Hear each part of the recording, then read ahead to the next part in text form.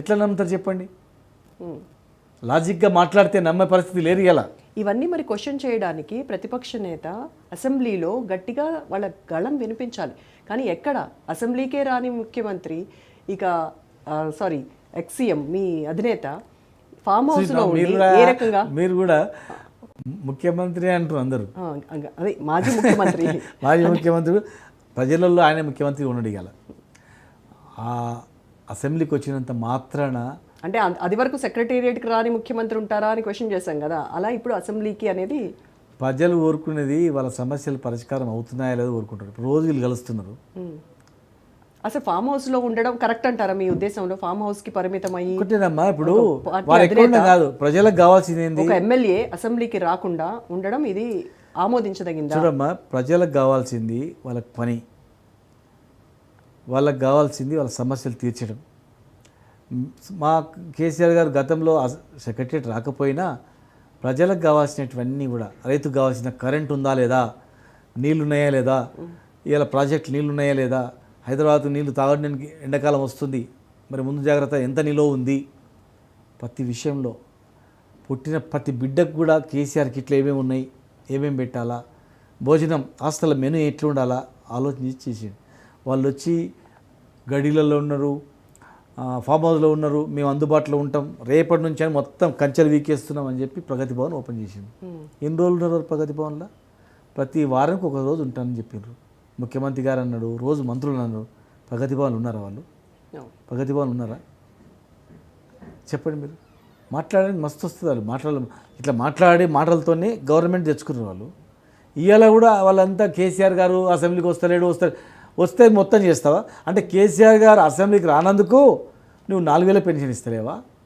కేసీఆర్ గారు అసెంబ్లీ రానందుకు రుణమాఫీ చేస్తలేవా? అడగాలి కదా, కేసీఆర్ అడగాలి కదా, నువ్వు ఇస్తానన్న హామీ. కేసీఆర్ గారితో అడుగుతున్నాడు, కేసీఆర్ గారితో పాటు మా పార్టీ నాయకత్వం అడుగుతుంది కదా. కేసీఆర్ అడుగుతూనే చేస్తావా అంటే? అసెంబ్లీకి వచ్చి అడిగితేనే ఇవన్నీ అమలు చేస్తా, అసెంబ్లీకి రాలేదు కనుక నేను అమలు చేయను అని చెప్తావా? మీకు ప్రభుత్వం అధికారం ప్రజలు ఇచ్చింది, గవర్నమెంట్ మీకు ఫామ్ చేసింది, మిమ్మల్ని నమ్మింది అమలు చేయడానిక? లేదు కేసీఆర్ వచ్చి అసెంబ్లీలో కూర్చుంటేనే మీరు అమలు చేయాలా అని కండిషన్ మీద ఇచ్చారు నీకు? నీ దృష్టి పరిపాలన మీద దృష్టి పెడతావా, రైతుల మీద దృష్టి పెడతావా, పేద ప్రజల మీద దృష్టి పెడతావా, లేకపోతే కేసీఆర్ వస్తలేడు, ఆ ఫామ్లో వండుకున్నాడు, లేచిండు, గివే గవర్నమెంట్ కావాల్సింది? అదే వాళ్ళ చెప్పేది. అసెంబ్లీకి రాకుండా ఫామ్ హౌస్లో ఉంటూ ఇక్కడ ప్రభుత్వాన్ని ప్రశ్నిస్తే, అంటే నేను కొడితే గట్టిగా కొడతాను, మామూలుగా ఉండదు అని కేసీఆర్ అన్నారు. అది చాలా వైరల్ అయింది ఆ స్టేట్మెంట్. ఇప్పుడు రేవంత్ కూడా అదే చెప్తున్నారు. ఆయన కొట్టడము ముందు డ్రగ్స్ ఏదైతే పబ్లో డ్రగ్స్ అమ్ముతున్నాడో ఆయన కొడుకు కేటీఆర్ను కొట్టమనండి, లిక్కర్ స్కామ్లో పట్టుబడ్డ కవితను కొట్టమనండి, కాళేశ్వరంలో కమిషన్ తీసుకున్న హరీష్ రావును కొట్టమనండి, ఆ తర్వాత మాట్లాడదాం అంటున్నారు. ఇవన్నీ మాట్లాడతారు, ఇవన్నీ ఏదో ఆరోపణలు చేసి మాట్లాడి బ్యాడ్గా క్రియేట్ చేయాలని చెప్పి ఫస్ట్లో నమ్మిండ్రు.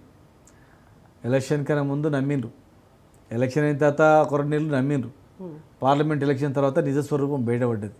ఇంకా కేసీఆర్ కుటుంబాన్ని తిట్టడం తప్ప వీళ్ళకి ఏం పని లేదు, వీళ్ళు ఒక్క పని చేయరు. ఇక ఏ కేసులు ఎరికేయాలని చూసిర్రు, ఈ రేసింగ్లో ఫార్ములా ఈ రేసింగ్లో చూసిండ్రు, అక్కడ ఏం లేదు, అవినీతి లేదు, ఏం లేదు. ఉట్టేనన్నా ఏదో ఫ్యామిలీ ఫంక్షన్లో పోయి కూడా చిత్రీకరించడం చూసిర్రు, అక్కడ ఏం లేదు. ప్రజలు ఒక అవగాహనకు వచ్చిర్రు, వీళ్ళు బురద తల్లి పబ్బం గడుపుకుంటున్నారు, గవర్నమెంట్ పరిపాలన మీద దృష్టి పెడతలేరు, రైతుల మీద దృష్టి పెడతలేరు, ఆత్మహత్యలు చేసుకుంటున్నారు, దాని మీద చూస్తలేరు, తెలంగాణను ఎట్లా బతికించాలా ఎట్లా బాగు చేయాలని చూస్తలేరు. కేవలం కుటుంబాలను తిట్టడము, కేసులు పెట్టడము, అసత్య ప్రచారాలు చేయడం తప్ప వేరే ఏం లేదనేది ప్రజలకు అర్థమైంది. ఇలా అర్థమైంది కనుకనే వాళ్ళు ఎలక్షన్ పెట్టాలని కూడా ఆలోచన చేస్తున్నారు. స్థానిక సంస్థలు పెట్టాలన్నా వద్దని వాళ్ళు ఆలోచన చేస్తున్నారు. మీ అప్పుడు కూడా లేట్ అయింది కదండి స్థానిక సంస్థలు పెట్టడం. అమ్మ ఇప్పుడు పక్కల కర్ణాటక ఉంది, ఎందుకు పెడతలేరమ్మా అక్కడ? కర్ణాటక ఎందుకు పెడతలేరు? ఏం గ్యారెంటీ అమలైంది అక్కడ?